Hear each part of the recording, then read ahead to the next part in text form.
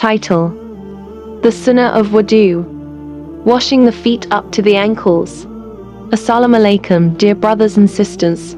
Today, let us reflect on a beautiful hadith about the way our beloved Prophet Muhammad, peace be upon him, used to perform wudu, ablution. In the name of Allah, the most gracious, the most merciful. Chapter 39: The washing of feet unto the ankles. The hadith, Sahih Al-Bukhari, Book of Wudu.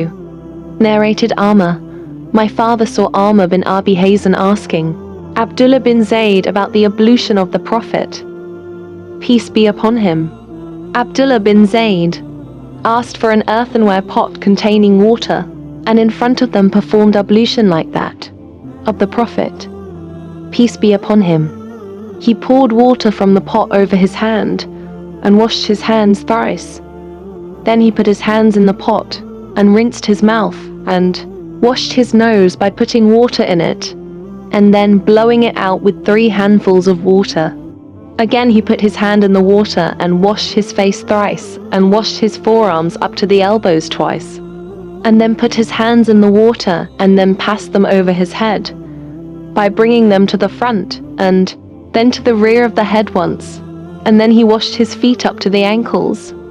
In simple words, this hadith teaches us that the Prophet Muhammad, peace be upon him, performed wudu by washing his hands 3 times, rinsing his mouth and nose 3 times, washing his face 3 times, washing his forearms up to the elbows twice, wiping over his head once, and washing his feet up to the ankles. Message and reflection. This hadith shows us the exact way the Prophet Muhammad, peace be upon him, performed ablution. Every step he took was full of wisdom, mercy, and guidance for us. 1. Purity before prayer. Wudu is not just about physical cleanliness.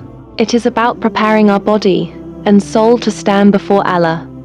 Each drop of water that falls washes away minor sins, as mentioned in other hadith. Subhanallah. 2. Following the Sunnah. When we make wudu exactly as the Prophet did, we are reviving his Sunnah in our daily lives. It is a way of showing love and respect for him, and a means of gaining closeness to Allah. 3. Washing the feet up to the ankles. This step is often neglected by many, but the Prophet emphasized it clearly. The feet carry us throughout the day, and washing them up to the ankles purifies us from dust, dirt, and spiritually prepares us for Salah. Practical reminder. Next time you make wudu, remember this hadith. Don't rush through it. Take your time, feel the coolness of the water, and remind your heart that you are washing away sins and preparing to meet Allah in prayer. A spiritual touch. Think of wudu as a mini purification for the heart 5 times a day. Just as we wash our bodies, we are also refreshing our souls.